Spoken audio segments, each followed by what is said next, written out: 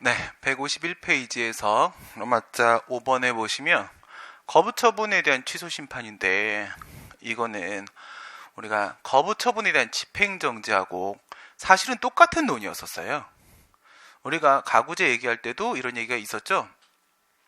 취소 심판이든 집행정지든 소극적 구제수단이기 때문에 소극적 처분을 대상으로 하게 되면은 재처분 의무가 인정되냐 안 되냐에 따라서 그 실익이 인정이 되는지 안 되는지가 달라질 수 있다라고 했죠. 앞에 설명드린 대로입니다. 이게 명문의 근거가 없었기 때문에 핵심적인 논의였었어요. 항상 이 문제가 출제가 되는 것이었었는데, 지금 같은 경우 이제 법이 개정이 돼가지고 재처분임의 명문 근거를 마련했다고 했죠. 무효확인 심판도 마찬가지인 거고. 그래서 이 논의는 이제 쑥 들어간 겁니다. 그 얘기가 밑에 있는 보론이죠. 설명드렸던 재처분 의무 2개가 추가됐다. 거부처분, 취소심판, 무효확인 심판. 그 다음에 강제수단은 간접강제 4개가 추가됐다. 1, 2, 3, 4. 이게 해결이 됨으로써 아예 입법적으로 해결이 된 겁니다. 그러니까 과거 때는 어떻게 했던 거야? 판례가 49조 1항인데 49조 1항에 기속력에 대한 일반 규정에서 적극적 의무인 재처분 의무도 포함돼서 같이 도출될 수 있다라고 과거에 봤던 거야. 근데 이제 이렇게 할 필요가 없어진 거죠. 아예 명문의 근거가 생긴 겁니다. 49조의 일부긴 하지만 이렇게 한번 비교를 해보세요. 이 49조가 1항, 2항, 3항 이렇게 돼 있었다면 지금 법은 49조 1항, 2항, 3항, 4항 이렇게 된 거야. 이게 기속력에 대한 일반 조항이에요. 이게 일반 규정이 되는 거고, 일반. 그 다음 여기엔 뭐가 있었냐면 거부나 부작위에 대한 의무이행 심판에서의 재처분 의무 이게 있었고, 그 다음에 여기에는 인용처분의 절차상하자 재처분 의무 이렇게 있었어. 뭐가 없었어? 거부처분, 취소심판, 무효확인 심판에 있어서의 재처분 의무 규정은 따로 없었던 거야. 이렇게 돼 있었는데 지금은 어떻게 생겼냐면, 지금은 이거는 거부처분에 대한 취소심판, 거부처분에 대한 무효확인 심판에서의 재처분 의무가 들어왔고, 이게 새로 들어온 겁니다. 그리고 거부나 부작위에 대한 의무이행 심판의 재처분 의무가 이렇게 밀린 거야. 밀린 거고, 그 다음에 인용처분이 절차상하자로 취소되었을 때 재처분 의무 이게 뒤로 하나 밀린 거야. 이게 지금 새로 들어가 있는 상태인 겁니다. 이게 들어가 버렸기 때문에 이제 뭐 큰 의미를 못 갖게 된 거예요. 큰 의미를. 그리고 심판의 본안심리 보시면 소송은 적법위법, 여기에는 적법위법과 함께 합목적성의 심사, 정당부당에 대한 심사도 할 수 있다고 했고요. 소송과 마찬가지로 대심주의가 적용되는 건 똑같아요. 대심주의는 원고 피고였다면 여기는 청구인 피청구인, 대립되는 당사자 사이에 공격 방어를 통해서 얘는 뭐만 한다는 거예요? 심판관의 역할만 하겠다라는 겁니다. 대심주의가 적용되는 것은 소송이든 심판이든 차이가 없고요. 그 다음에 직권심리주의. 우리 소송법에서는 26조에 있었죠. 필요하면 뭐 할 수 있다? 직권으로 증거조사할 수 있고, 또 주장하지 않은 사실에 대해도 심리할 수 있다. 직권으로 일부 탐지할 수도 있다. 이렇게 돼 있었는데 심판법은 그게 분리돼요. 분리가 돼가지고 소송법 26조에 있었던 직권 증거조사는 심판법의 36조로 빠져나가고, 그 다음에 직권 탐지에 대한 내용은 심판법의 39조로 빠져나가요.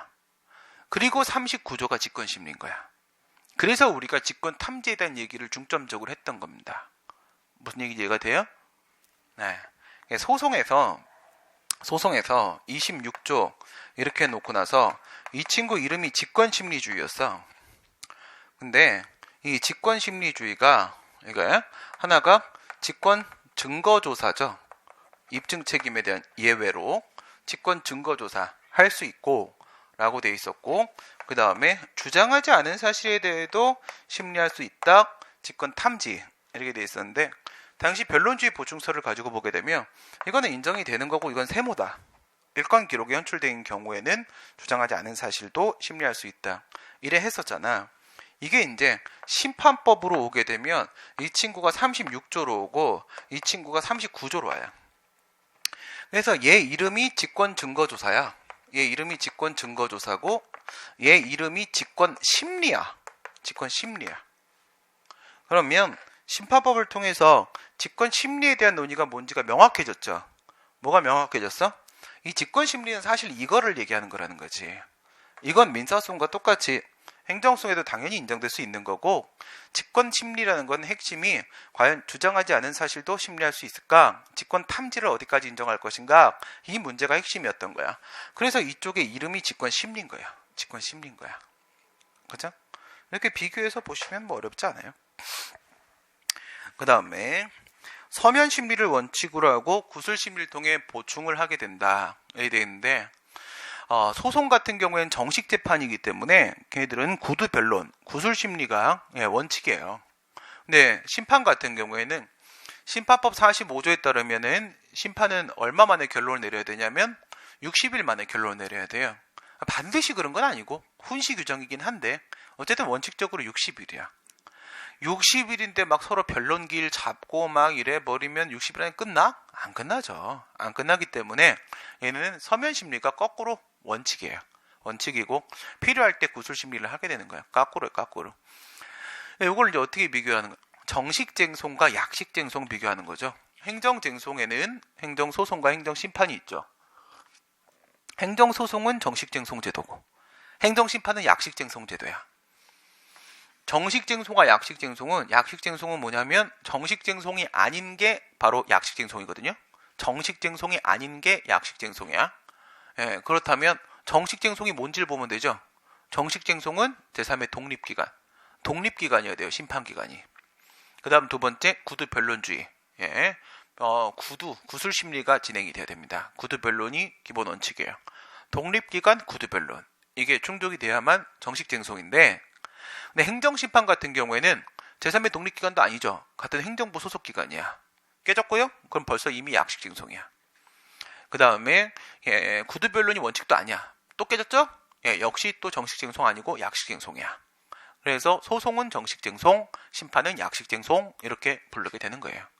얘네들은 서면심리가 원칙이고요. 당사자의 청구의 범위를 초월해서 심판할 수는 없다. 이거는 47조에 붙어 있어요. 47조 1항이 이 불구분리 원칙이고 47조 2항이 아까 얘기했던 불이익변경 금지 원칙이고 이렇게 됩니다. 하나는 불구분리 원칙, 하나는 불이익변경 금지 원칙, 47조 1항, 2항 이렇게 돼 있고요. 이 불구분리 원칙은 뭐로도 그대로 연결될 수 있다고 했지? 심리 원칙으로서 처분권주의의 소송물 부분, 여기서는 이제 심판 대상 부분으로 그대로 연결될 수 있어요. 그래서 47조 1항을 근거로 행정심판에도 뭐가 적용된다고 봐? 처분권주의가 적용된다고 봐요. 똑같습니다. 처분권주의 적용됩니다. 행정심판도 사법 절차이기 때문에 여기도 처분권주의 그대로 적용된다. 그래서 우리가 처분사유 추가 변경 얘기할 때도 그랬죠. 심판에도 처분권주의가 적용되기 때문에 그래서 기본적 사실관계 동일성, 기사동의 법리가 똑같이 적용된다. 그대로 유효하다라는 판례가 있습니다. 심판의 재결, 43조 1항, 2항, 3항, 4항, 5항 이렇게 되는 거죠. 1항 각하, 2항 기각. 청구요건 흠결하면 부적법하면 각하하는 거는 모든 심판 다 똑같고, 청구의 이유가 없어서 기각하는 것도 모든 심판 다 똑같고, 그 다음 인용으로 들어가죠. 지금은 취소 심판입니다. 취소 심판에 보면은 원래는 뭐가 있었냐면 2010년도 1월 25일 전까지는 이렇게 있었어요. 취소하거나 변경하거나 취소 명령하거나 변경 명령하거나 4가지. 취소하거나 변경하거나 취소 명령하거나 변경 명령하거나 4가지예요. 이거는 잘 알고 있는 대로 변경은 일부 인용이에요. 취소는 전부 인용이고요. 앞에 2개는 형성 재결입니다. 뒤에 2개는 명령 재결입니다. 이렇게 해서 취소도 형성 재결, 명령 재결, 그 다음에 변경도 형성 재결, 명령 재결 다 있었는데 요거를 살짝 좀 손질을 했어요.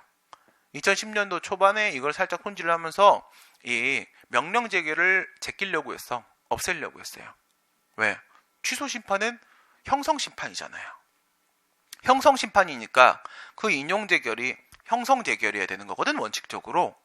그렇잖아. 형성적 쟁송인데 명령 재결이 있는 게 이상하잖아. 좀 이게 궁합이 안 맞아. 그렇지? 궁합이 안 맞으면 빨리 헤어져야 돼요. 빨리 헤어져야 돼. 빨리 해줘야 돼. 계속 있으면 불행만 더 쌓여. 알겠어요? 그럴 땐 결단을 내려야 되는 거예요. 딱! 위자료 좀 이렇게 뭐 가슴 쓰리긴 해도 딱! 딱 해야 됩니다. 왜 그렇지? 안 그러면 애가 생겨요. 애가 생기면 변경 명령 재결이 되는 거야. 변경 명령 재결이. 무슨 말이냐면 취소 쪽은요 딱 결단을 내린 거야. 뭐 옛날에 이런 게 되게 중요한 문제라고 생각을 했는데 어른들도 보고 내 친구들도 보고 하니까 진짜 왔다 갔다 하는 애들 되게 많아요. 결혼했다가 헤어졌다가 결혼했다가 헤어졌다가 결혼했다 이랬다 저랬다 왔다 갔다 하는 건데 진짜 요즘 사람들은 다 쿨해요. 상처도 안 받아. 그냥 다 행복해. 자기의 선택이다 그래요. 진짜 막 친구처럼 지내고. 난 아직 한 번도 안 가봤는데 막 애들이 그러니까 막 내가 다 죽여버리고 싶어. 막 그런데 뭐 괜찮은 것 같아요. 자기의 선택이잖아, 그렇죠? 옛날처럼 그럴 필요는 없잖아요. 하나뿐인 인생인데 그걸 굳이 뭐 의리를 지키니 막 그래서 됐고. 의리는 누구와의 의리를 지키라고요? 자신과의 의리를 지키십시오. 자기 자신에 대한 의리를 지켜야지. 자기를 버릴 필요 없어요, 절대. 그래갖고 버리려고 했어. 명령 재결을. 야, 너랑 나랑은 궁합이 안 맞아. 이렇게 딱 했거든. 취소는 버렸어요. 취소 명령은. 왜 그렇지? 아니, 처분이 아예 위법이고 막 부당이고 그러면 행정심판위원회가 취소해버리면 되는 거잖아. 얘가 취소해버리면 되는데 뭘 또 그걸 처분청한테 취소하라고 명령을 합니까? 그치? 리모컨 갖다가 네가 갖다 쓰라고. 쓰라고. 뭘 또 가져오라고 저 방에 있는 데를 불러가지고 막 그러면 안 돼. 알겠어요? 그래 버렸어. 근데 변경도 버리려고 했거든. 잘 생각해봐. 근데 변경은 얘는 아직 안 큰 막내 아들이야. 가슴이 아프기 시작하는 게 변경이잖아. 변경. 그치? 이건 못 버렸어. 왜 못 버렸을까? 여기서의 변경은 적극적 변경이라고 했잖아. 적극적 변경에는 칼로리 밸런스 1, 2, 3가 포함되잖아. 1, 2, 3, 원 생각해보세요. 원을 만약에 해버리게 되면 이거는 적극적 형성이잖아요. 의무행 심판에도 적극적 형성이 있지. 처분 재결. 쓴다고 했어, 안 쓴다고 했어? 안 쓴다고 했잖아. 아니, 대놓고 적극적 형성 재결이 있는 의무행 심판에도 안 쓰는 물건을 여기서 변경이라는 미명하에 그걸 사용을 하게 되면 좀 그렇잖아. 그죠? 아무리 지가 감독청이고 형님이라고 하더라도 동생네 집안일에 너무 깊숙이 개입하는 건 좀 그렇습니다. 그래서 여기서 칼로리 밸런스 1번에 있는 적극적 형성으로서의 변경을 행정심판위원회가 함부로 하는 건 좀 그래요. 너무 과도한 간섭입니다. 그럴 땐 명령의 방식으로 처리하자라는 의미에서 칼로리 밸런스의 1번 적극적 형성 부분 때문에 변경은 명령을 아예 폐지하는 게 실패했어요. 실패해서 그대로 남아있습니다. 현재는 3개라고 현재. 됐고, 사정재결. 소송 쪽에도 사정 판결이 있다면 이것도 똑같겠죠. 처분이 나오고 나서 그 뒤에 뭐 공공복리가 형성되는 거에 있어서 소송에서는 생기는데 심판이니까 우리 공공복리 그만 멈춰 있을까? 정지? 막 그래요? 그런 게 어디서 세상이 변하는 속도와 방향은 소송이냐 심판이냐 관계없이 발생하는 거고 바뀌는 겁니다. 사정 변경을 어떻게 소송과 심판을 가려서 생기겠습니까? 그렇죠? 여기도 사정 재결 당연히 있어요. 여기에는 43조의 재결에 대한 규정이 따로 있기 때문에 그 바로 뒤로 따라붙어요. 뒤로 따라붙으면서 44조의 사정 재결이 있습니다. 사정 재결이. 그리고 재결의 효력을 보시게 되면 우리가 소송에 있어서는요. 판결의 효력은 확정돼야만 발생한다라고 했지? 확정돼야만. 왜 그렇지? 신급제도가 있잖아. 신급제도가 있으니까 1심에서 취소했는데 막 효력을 막 형성력 막 발생시켜가지고 처분은 없는 것이다 이랬는데 2심 갖고 뒤집어져. 2심 갖고 처분이 있는 것이다 이렇게 기각돼 버린. 그럼 어떻게? 없어졌던 놈이 부활하였다. 막 이렇게 봐야 돼? 근데 3심까지 또 뒤집어져. 부활한 놈이 또 죽었다. 막 이래야 돼? 그러면 법적 안정성은 다 깨지는 거야. 그치? 그래서 뭐라고? 이거는 심판이 다 끝나고 재판 끝나고 보자 이거야. 끝나고 보자. 확정돼야만 효력이 발생하죠. 하지만 재결은 그렇지 않습니다. 재결은 확정을 요하지 않아요. 그러니까 소송에서는 어떻게 돼? 판결에 대해 불복하는 상소기간이 지나야지 확정되죠. 여기에는 재결에 대한 제소기간이 지나야지 확정되죠. 여기는 확정 전부터 재결의 효력이 바로 발생해. 왜 그렇죠? 이건 행정심판의 재결은 확인, 행정행위입니다. 행정행위이기 때문에 그냥 행정행위의 의사표시의 일반 원리에 따라서 송달돼서 도달되면 충분은 한 거예요, 사실은. 그런데 또 그거 갖고 또 논란이 일어날까봐 48조 2항에 또 별도 규정도 뒀어. 됐고 재결은 그냥 송달되면 끝난 것이요, 이렇게 써 있어요. 48조 2항에 재결은 송달되면 바로 효력 발생하는 것이요 해가지고 효력이 바로 발생해요. 바로 발생을 하게 되는데 소송에서는 판결에 어떤 효력이 있었어요? 불자판용 세속 이렇게 있었지. 불자판용 세속 이렇게 있었는데 여기에 한계가 없다고 했지. 판이 없어. 판이. 불자 형세속 이렇게 되는 거예요. 불자 형세속. 기판력을 발생시켜 버리면 소송을 제기할 수가 없잖아. 뭐 이미 사건은 끝났다며. 끝났는데 어떻게 소송을 제기해? 그럼 그건 재심 청구야? 그럼 뭐야 도대체 정체가? 이렇게 돼버리니까 기판력을 발생시키면 재판청구권 침해로 연결됩니다. 그래서 여긴 기판력 빼고 나머지 다 있어. 기판력 빼고 나머지 다 있고. 그래서 첫 번째 불가증력. 불가증력은 순서 기억하세요. 첫 번째 심판의 재결에 대한 심판은 안 된다. 지금 재결의 효력입니다. 재결의 효력. 재결에 대한 심판은 안 된다. 그럼 소송이지. 좋아. 근데 재결에 대한 소송이라고 다 되는 건 아니고 고유한 위법이 있을 때만 재결에 대한 소송 된다. 2단계. 그 다음 3단계. 그것도 제소기간 특례 규정 90일 지나면 안 된다. 이렇게 되는 거죠. 다시 심판 안 된다. 고유한 위법이 있어야 된다. 제소기간은 준수해라. 이게 되면 결국 불가증이 발생하는 거예요. 제소기간 지나버리면. 그렇죠? 근데 이거랑 관계없이 효력은 바로 발생하는 거라고 했습니다. 두 번째 자방력, 불가변력이죠. 자방력, 불가변력 같은 말이고요. 사실은 그냥 이제 소송은 보통 자방력이라고 많이 말해요. 여긴 불가변력이라고 많이 말하고 이유는 판결하고 그 재결의 효력을 좀 구별하려고 이름을 좀 빨리 부르는 거야. 똑같은 얘기예요. 이것도 행정심판도 재판작용과 똑같이 준사법적 결정이잖아요. 이것도 사법 절차잖아. 그러니까 소송에서 우리 재판작용에 대한 국민의 신뢰를 보호하는 것처럼 여기도 똑같이 심판작용에 대한 국민의 신뢰 보호해야 되겠지. 보호해야 되니까 함부로 손바닥 뒤집듯이 막 뒤집고 그러면 안 돼요. 야, 취소했다. 아니었다. 야, 취소했다. 아니었다. 취소했는데 아니다. 그럼 죽여버려야 되는 거지. 불가변력 발생합니다. 그 다음에 형성력. 형성력 다 똑같이 있다고 했죠. 여기도 어쨌든 처분이 위법인지 부당인지 판단한 거잖아. 한 거니까 이 형성력에도 형성효와 함께 소급효 인정됩니다.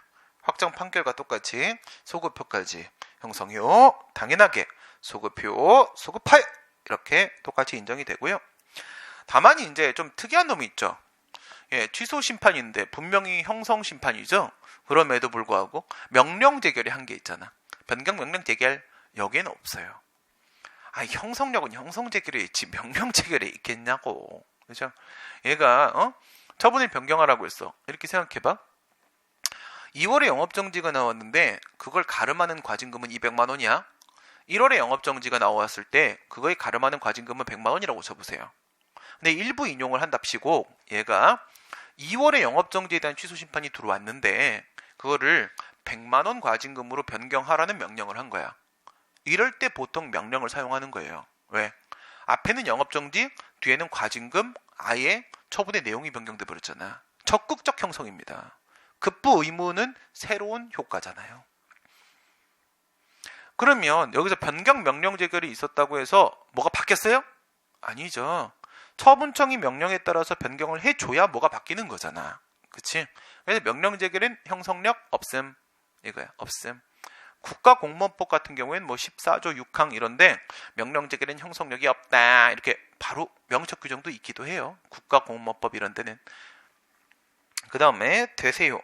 아직 뭐 소송에 제3자 심판 있으면 소송 있으면 여긴 제3자 심판 없을까? 당연히 있죠. 되세요 없으면 뭐 제3자 심판은 뭐 아무 실익이 없잖아. 협의 심판이 없겠죠. 당연히 되세요 있고 법의 근거도 48조 4항 따로 있어요. 기속력. 기속력 우리 아까 다 얘기했어요. 49조 1항에 소송법 30조 1항처럼 일반적인 기속력에 대한 규정이 있고요. 여기서 이제 조심해야 되는 부분은 두 가지 정도가 있어요. 두 가지 정도. 154페이지 꼭대기에 있는 거 두 개. 우리 아까 전에 그거 봐봐. 의무이행 심판에서 거부처분의 의무이행 심판이 들어왔다? 야, 인용을 하면서 야, 허가해. 이렇게 명령을 했어. 그건 뭐라고 했어? 재처분 의무. 재처분 의무라고 했지. 거부처분을 우선 취소한다고 했잖아. 이전에 신청만 남아있지. 거기다가 두 번째 처분하는 거잖아.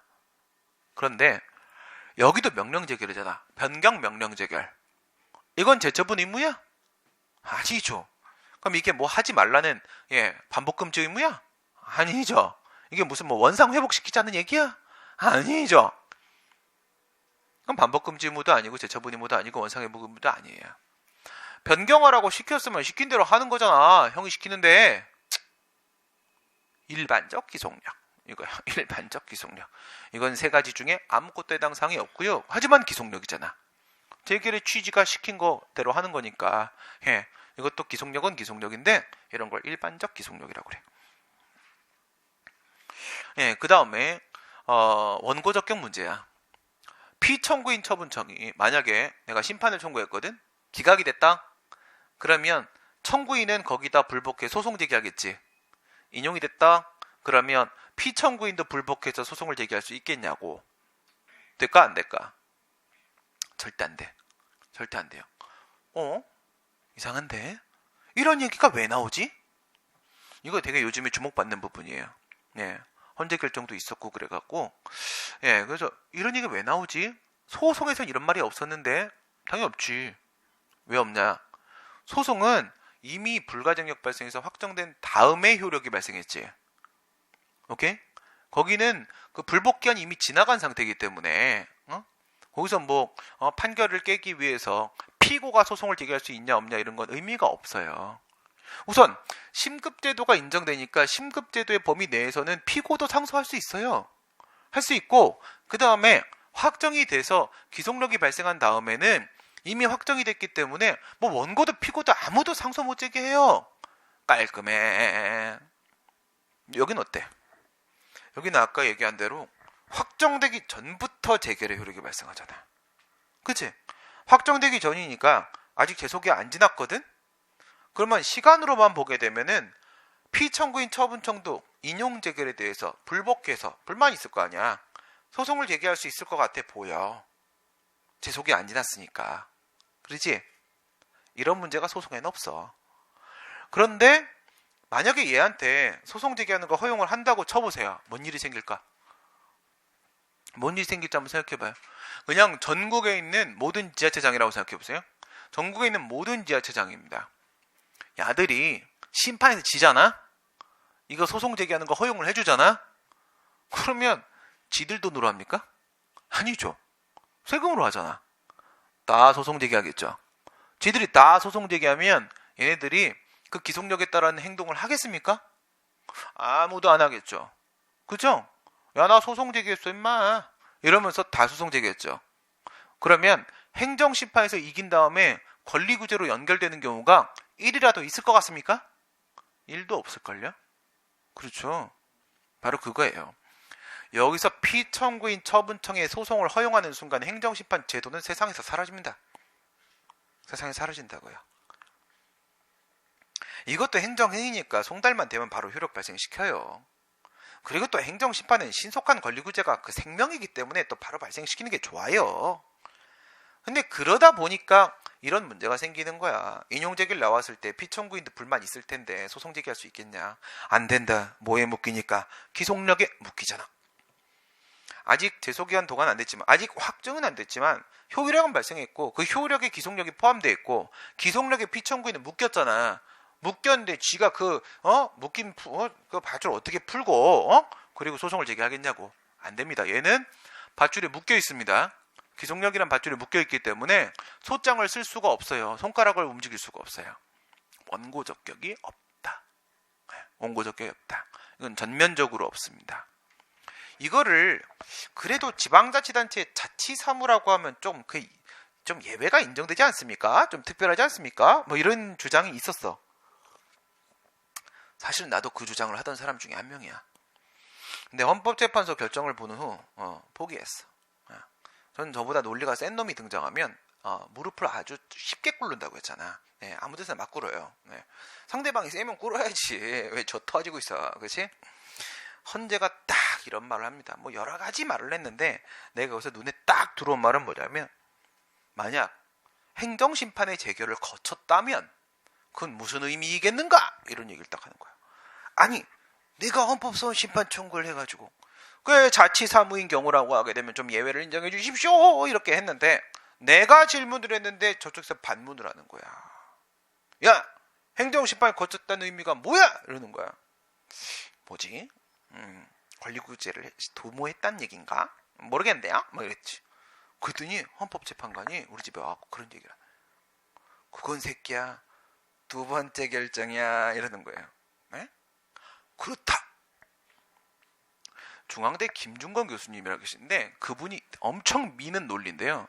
네, 그거를 사용한 거예요. 헌재가. 행정심판은 행정부 소속 기관이 하는 거기 때문에 이거는 2차적 결정이다. 이건 행정 절차이다 라고 엄청 주장을 하시거든요.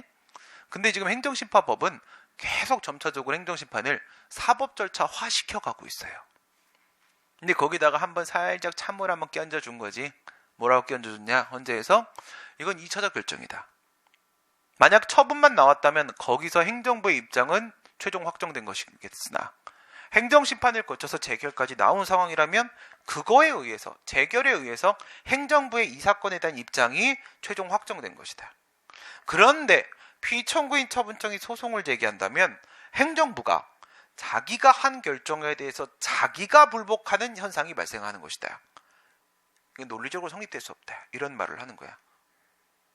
그런데 맞네? 예, 그런걸? 이런 생각이 드는 거예요. 그게 뭐예요? 자기 결정에 대해서 자기가 지금 소송을 제기하는 거잖아요. 그럼 어떻게? 거울을 보고 내가 나랑 막 싸우는 거예요. 거울을 보고 내가 막 나를 막 이기려면 어떻게? 내가 나를 막 때려야 되잖아. 그치? 내가 이기는 순간 내가 지는 거야. 이게 이기는 것도 아니고 지는 것도 아니야. 이게 이상한 상황이 오잖아. 그치?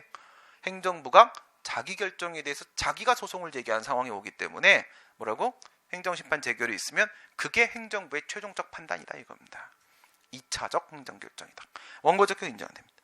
그 다음에 반복금지 의무야 당연히 일반적 기속력 규정에서 도출되는 건 똑같고요. 동일한 잘못을 범하면 안 된다고 했죠. 주체 절차 형식의 문제라고 하게 되면 객관적 범위, 그 다음에 만약에 내용의 위법 문제라고 하게 되면 객관적 범위와 시간적 범위, 총 3가지 경우의 수를 통해서 기속력 논의를 전부 설명할 수 있다고 했습니다. 재처분 의무에 대한 얘기는 말씀드린 대로 거부처분 취소 심판과 무효하기 심판에 없다가 있어졌고, 원상회복 의무는 소송법도 심판법도 없어요. 지금 없고요. 행정소송법 개정안에만 있어요. 개정안에는 30조 사항이 들어와서 결과제거 의무라고 하나가 들어와 있어요. 그게 원상회복 의무거든. 이거는 지금 소송법에도 심판법에도 아무 데도 없다. 적극적 의무이기 때문에 원칙적으로 인정될 수 없다. 재결에 대한 불복은 아까 말씀드린 내용입니다. 음행심판. 음행심판은 이거는 오직 요구심판일 뿐이죠. 여기에는 방어심판은 못 들어와요. 당사의 신청에 대한 수익적 처분을 해달라는 거니까 신청이 기본 전제가 깔릴 테고, 그 다음 이걸 기억하세요. 위법 또는 부당. 그러니까 행정심판이라고 해서 합목적성 통제가 심사가 다 되는 건 아니에요. 어디에만 있어. 취소심판, 음행심판, 여기에는 부당심사를 합니다. 하지만 무효확인 심판은 그럴 수가 없어. 걔들은 최소 위법이어야 되거든. 최소 위법이어야 되는데 어떻게 부당일 때 인용을 하겠습니까? 그래서 취소심판, 음행심판 2개 부당심사가 가능해지고, 그리고 이거는 거부부작위 모든 소극적 행정작용을 대상으로 합니다. 일정한 처분을 하도록 한다라고 되어 있죠.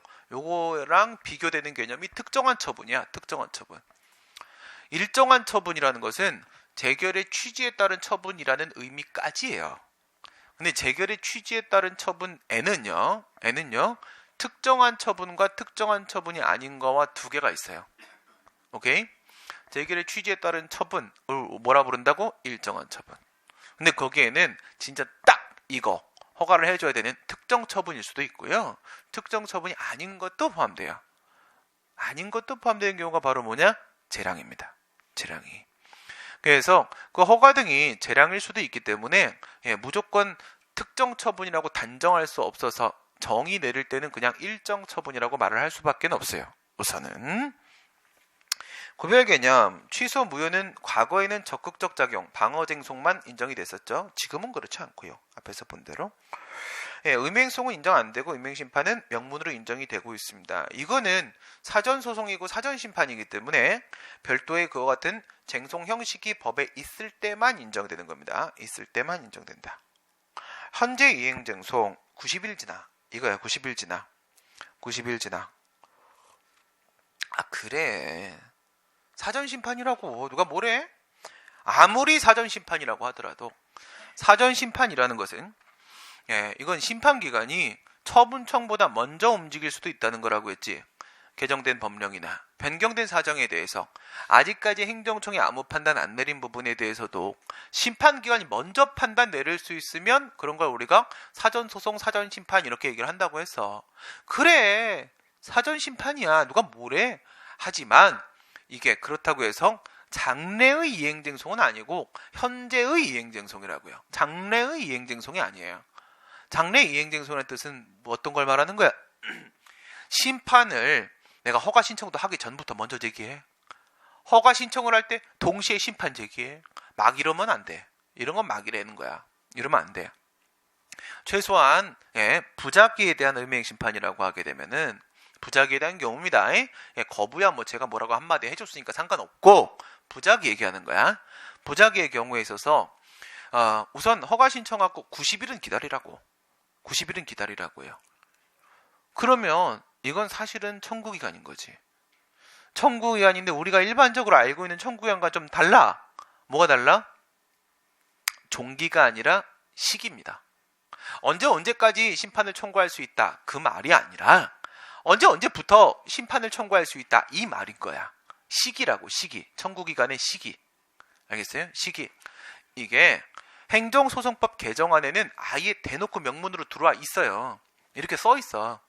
허가 등을 신청한 후 90일이 지나야 의무행송을 제기할 수 있다. 부작위에 대한 의무행송의 경우에는 이렇게 되어 있습니다. 그래도 90일은 지나야지 저놈아의 부작위가 무응답이 저놈아의 의사로구나. 의사가 닥터가 아니라 그치? 저놈아의 의사로구나. 이렇게 생각할 수가 있는 거예요. 대상적격. 거부와 부작위를 대상으로 하도록 되어 있는데 여기서 또 한 가지 우리가 얻을 수 있는 메시지가 뭐냐? 우리 행정소송법에는 19조가 있었죠. 대상적격 규정이 따로 있었어. 근데 그런 건 없어. 거의 찾아볼 수가 없어. 거의 특이한 거야. 원래는 그런 대상적격에 대한 규정이 따로 없으면 어떻게 처리해야 돼요? 정의 규정을 통해서 대상을 찾는 거예요. 정의 규정을. 우리 아까 그 당사자 적격 얘기할 때도 그런 얘기 했잖아. 당사자 소송 얘기할 때도 그랬잖아. 정의 3조 2호의 정의를 통해서 당사자 소송의 대상이 무엇인지 찾았었죠. 여기도 마찬가지인 거야. 여기도 저런 게 있긴 있어. 여기도 3조 1항에 보면은 행정심판은 처분과 부작위를 대상으로 한다? 이렇게는 돼 있어. 근데 그게 취소심판인지 뭐 무효심판인지 음행심판인지 명확하지 않잖아. 그냥 행정심판은 전반적으로 그냥 그래 이런 거여서 이럴 땐 어떻게 한다고? 정의 규정에서 끌어내시라고요. 그러니까 3조 1항이 대상적격 규정이라고 해도 맞는 말이야. 맞는 말이고 틀린 말은 아닌데 구체적으로는 정의 규정인 5조를 통해서 거부 처분과 부작위가 음행심판의 대상이라고 되어 있어요. 두 개인데 어떨 때 거부 처분이 성립되고 어떨 때 부작위가 성립되는지는 우리가 항고소송의 대상적격에서 배웠던 거부 처분, 부작위 위법 항의소송에 배웠던 부작위하고 아무 차이 없음. 차이가 있으면 안 되지. 국민들이 헷갈리잖아. 그치?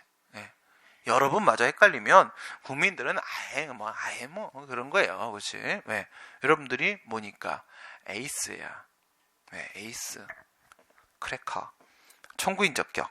여기서 이제 뭘 생각하냐면 아까 취소 심판에서 우리가 그런 얘기했죠. 아니 뭐 부당심사도 하는데 뭐 똑같이 소송처럼 법률상 이익을 요구하면 되겠어요? 막 이런 얘기하는 사람 있었죠? 아주 그냥 입을 막 꼬매요. 그치? 여기도 그 사람들이 와서 또 그래. 왜? 여기도 부당심사 하잖아. 부당심사 하니까 여기도 13조 3항에서 의맹심판 법률상 이익이 있는 자가 제기할 수 있다 이렇게 돼 있거든. 아니면 부당심사 낼 수 있는데 왜 자꾸 법률상 이익이라고 합니까? 왜 그럽니까? 막 이런단 말이에요. 누군지 알겠어? 아바타입니까? 막 그런 사람이잖아. 그치? 그럼 더 아바타 같아. 그치? 그런 말을 왜 하냐? 그치? 예. 아바타 멋있지 않나요? 그죠? 파랗잖아. 그치? 휘웅 막 날아다니고. 멋있는 거 아닌가? 응. 아, 그 아바타가 아니야? 몰랐네? 네, 그래서. 난 누구라고 말도 안 했고 뭔지도 몰랐어. 야, 그래가지고, 여기서도 똑같은 소리를 한단 말이야. 말이 안 되는 소리죠? 그러니까 법률상 보호이익 그거예요. 근데 이건 또 부작위 위법 확인성에서 하는 거 또 있어. 거기서도 그거 있었지. 거기도 요구 소송밖에 없으니까 처분의 신청을 한 자. 여기도 요구 심판밖에 없으니까 의맹 심판은 처분의 신청을 한 자. 이 표현이 또 나와요. 앞에서 얘기한 거랑 똑같아요. 절차적 권리로서 신청권 없으면 실체적 권리로서 이행청권 성립 절대 안 돼요. 안 되는 이유는 의무부가 요건이 깨진다고 했잖아. 의무부가 요건이 깨진다. 예, 그래서 신청권이 필요하다. 필요설의 입장이 타당하다. 이런 결론이 나와요. 여기는 그러니까 내용이 3개인 거야. 비교해볼까? 취소소송, 무효확인소송, 부작위여파인 소송, 취소심판, 무효확인심판, 의맹심판 하면 당사자 적격과 관련돼서 검토될 수 있는 내용은, 문제될 수 있는 내용은 뭐뭐 있냐? 1, 2, 2, 2, 3 알겠어요? 1, 2, 2, 2, 2, 3 취소는요? 법률상 보호이익 하나. 그 다음 무효확인소는요? 법률상 보호이익하고 확인의 이익에 대한 문제가 있었고, 부작위여파인소는요? 신청권하고 법률상 보호이익이야. 취소심판은요? 법률상 보호이익하고 입법 과오 여부요. 그다음 무효확인심판은요? 똑같으니까 법률상 보호이익하고 확인의 이익이요. 의무행심판은요? 신청권하고 법률상 보호이익하고 입법 과오하고 3개요. 1, 2, 2, 2, 3 알겠어요? 1, 2, 2, 2, 3 그걸 문제로 내요. 뭔가 어렵다고. 그치? 그냥 그렇건 하고 풀면 돼요. 그 다음에 피청구인 적격. 여기서 흔적이 남아. 절대 완전 범죄라는 건 있을 수가 없어요. 무슨 말이냐? 여기에 17조에 보면 괄호가 있어. 원래 없던 게 2010년도 1월 25일에 들어옵니다. 의무이행 심판인 피청구인을 신청을 받은 행정청이라고 하자 이렇게 딱 돼버려요. 아니 거부도 처분이고 부작위도 처분인데 그냥 원래 있던 대로 처분을 한 행정청 이렇게 해도 아무 문제가 없어요. 생각해봐. 우리 소송에서 처분 등을 행한 행정청 이렇게 해놓고 나서 부작위 위법행위 중에도 그대로 갖다 꽂잖아요. 거기서 뭐 신청을 받은 행정청 이런 거 뭐 따로 뭐 줬어요? 안 줬죠. 그쵸? 여기도 안 주고 계속 살아오다가 2010년도에 와가지고 몇 년 전에 26년 지나가지고 인제 와갖고 인형공에다가 바로 딱 넣고 나서 신청을 받은 행정청이 딱 들어가요. 왜 그랬을까? 좀 취소심판 무효확인심판하고 좀 구별 좀 해. 그리고 수익적 처분 구하는 건 좀 의맹심판으로 좀 일어나 좀 하자 좀. 피청구인도 다른 거야. 이름도 달리 불러. 이렇게 얘기를 한 거야. 근데 참 이 내용이 괄호가 들어간 게 참 무색해지게도 17년도에 아예 포기한 거죠. 에라이 의맹심판 네 스스로 자립할 때까지 뭘로 걷고 취소심판 무효확인심판 네가 대체 이래버린 거예요. 난 그래서 이 신청을 받은 행정청을 보면 가슴이 너무 미어져요. 조금만 더 열심히 강의를 했으면 사람들이 의맹심판을 사용을 하고 이번 같은 사태가 발생하지 않았을 텐데 취소심판과 무효확인심판의 특수활동비를 아예 뺏을 수 있었는데 이런 안타까움이 좀 있어요. 87년의 기억을 다시 떠올리게 됩니다. 그게 피청구인 적격이고, 그 다음에 청구기간. 이건 거부에 대한 문제가 있고 부작위에 대한 문제가 있어. 청구기간은 몇 조였어요? 27조였지. 우리가 제소기간 얘기할 때 한 거랑 비교했었어요. 소송법은 20조, 심판법은 27조 이렇게 했었잖아. 근데 여기는 준용 규정 이런 방식이 아니잖아요. 27조 7항에서 뭐라고 했냐? 무효확인 심판하고 부작위에 대한 의맹 심판은 청구기간 제한이 따로 없다라고 했어요. 그러니까 거부 처분에 대한 의명심판은 뭐 처분 나왔잖아. 그러니까 종기. 그때부터 90일 이렇게 되는 거 맞고요. 그 다음에 부작위는 청구에 따로 없대요. 없다는 건 뭐가 없다는 거야? 종기가 없다는 거야. 종기가. 종기는 안 났어요. 그래서 뭐가 났어요? 아주 시기 질투를 하는 거죠. 시기는 있어요. 허가 신청하고 90일. 그렇게 되는 겁니다. 본안심리. 우선 여기에 또 부당 여부에 대한 심사할 수 있고요. 여기는 뭘 비교하냐면 부작위 위협 판소랑 비교하셔야죠. 부작위 위협 판소.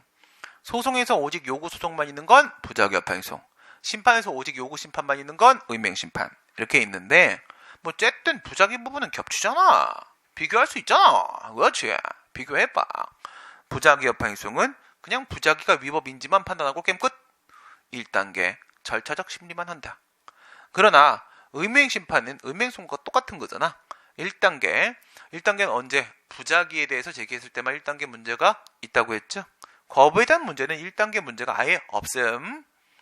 그리고 2단계에서 실체적 심리도 한다고요. 실체적 심리도 한다. 그래서 이거는 적극적인 처분, 수익적 처분의 이행을 확보하기 위한 소송으로 보는 게 맞다. 그런 얘기고, 그 다음에 임시처분 얘기인데, 임시처분은 또 우리가 좀 좀 시간이 가겠네. 그죠? 그래서 여기까지 하면 우선 여러분들 그 다음 시간에 시험 볼 수 있겠죠? 읽어보고 이렇게 보면 봐줘요. 봐시고요. 그쪽이 예습자료 드렸으니까. 그죠? 쪽 있네. 그치? 여기 있네. 그래서 다음 주에 시험을 보고 뒤에 부분 복습하면서 마무리 짓고, 다음 주에는 이제 국가배상 들어가야죠. 국가배상. 자민한 국가배상. 국가배상은 문제가 너무너무 많이 나와. 그러니까 이 행정소송, 심판, 국가배상, 손실보상 여기서 뭐 한 60-70% 나온다고 보시면 돼요. 그리고 이제 뒤로 가서 작용법 가면 지금까지 한 얘기들이에요. 다 한 얘기들. 술술술 막 넘어갑니다. 그래서 다음 주에는 국가배상으로 들어가는 걸로 하도록 하겠고요. 시험 봅니다. 시험 보니까 2시죠? 1시 반까지 오셔서 시험 보시고 그리고 국가배상 들어가고 그렇게 하면 되겠습니다. 오늘 여기까지 하도록 하겠습니다. 수고하셨습니다. 다음 주에 뵙겠습니다.